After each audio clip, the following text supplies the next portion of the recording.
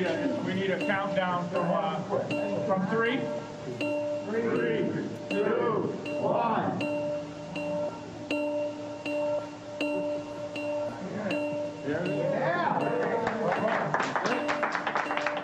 It's not proper for people to be drinking, man. I can smell it. This is not a big debate.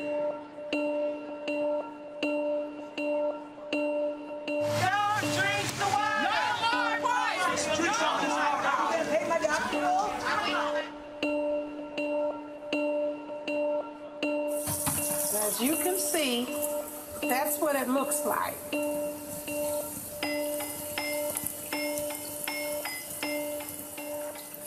Can you imagine when you have a community that's saying, hey, this water is poison, something's wrong, and you have Governor Snyder and his staff that won't recognize what's wrong?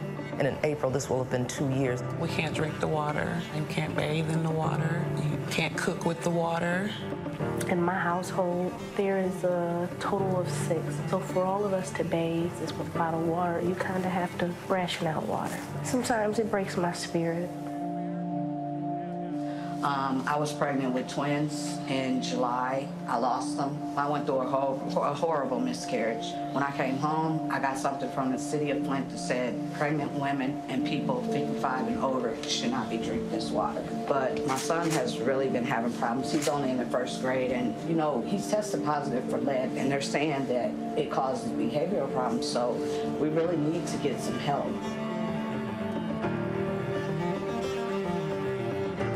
Is there anything that you really wanted to say tonight that you haven't gotten a chance to say? Well, Lester, I spent a lot of time last week being outraged by what's happening in Flint, Michigan, and I think every single American should be outraged. We've had a city in the United States of America where the population has been drinking and bathing in lead-contaminated water. It was her voice that let it be known, hey, they got a problem over there. We need to do something about this. This is not merely unacceptable or wrong, though it is both. What happened in Flint is immoral. You know, when you have somebody like that fighting for you and supporting you and saying, I've got your back, can't ask for much more, because we have been able to get things moving and we've been able to get it out there. Now you take a picture of me and your sister, okay? Yes. Nice. His interest in camera shows his concentration, shows his ability to follow through and focus. Yes. We need to make sure he gets a chance to learn how to do that. I'm serious. We need action now. I will not for 1 minute forget about you or forget about your children, and I will make sure in any way that I can that America stays with you too. This is the most important work we are ever called to do, to reach out in every way we can to lend that helping hand for every single person in Flint.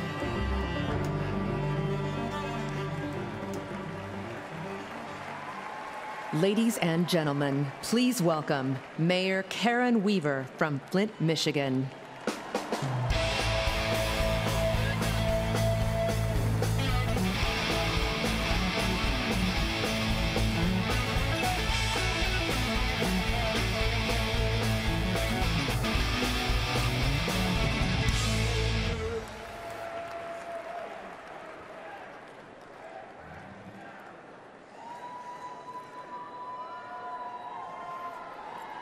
Good evening.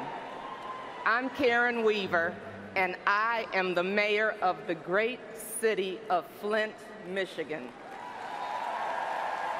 Flint is a community of 100,000 strong, hardworking people living in the birthplace of General Motors and the place where the great sit-down strike led to the creation of the United Auto Workers.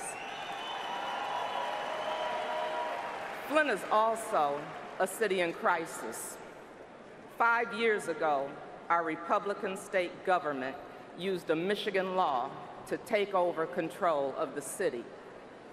In 2014, the state switched our water source to a polluted river to save a handful of dollars, causing lead contamination to leach into our drinking water, poisoning poisoning a whole community and leading to health impacts that may haunt our children for generations. The problems in Flint are not over. The water is still not safe to drink or cook with from the tap. Our infrastructure is broken, leaking, and rusting away. Our local economy struggles to rebound, and there are many more Flints across the country where environmental issues are hurting our kids and families. Today, the help we need from our federal government to start rebuilding our drinking water infrastructure still sits blocked in the Republican-controlled U.S. Congress. I am a voice for Flint, and we need your help.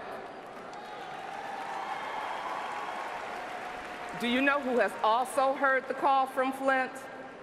Hillary Clinton. She came to Flint when the water crisis hit.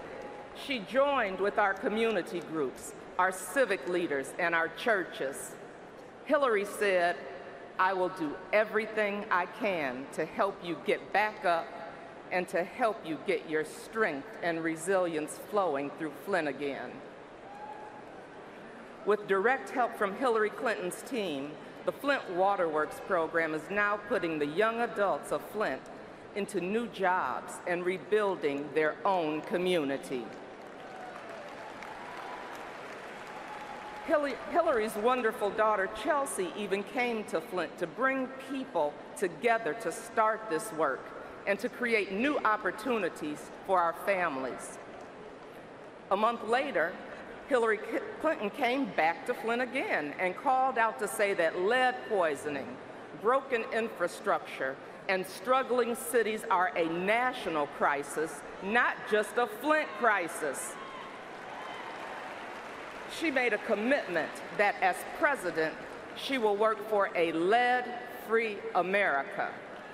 And that's why I'm with her.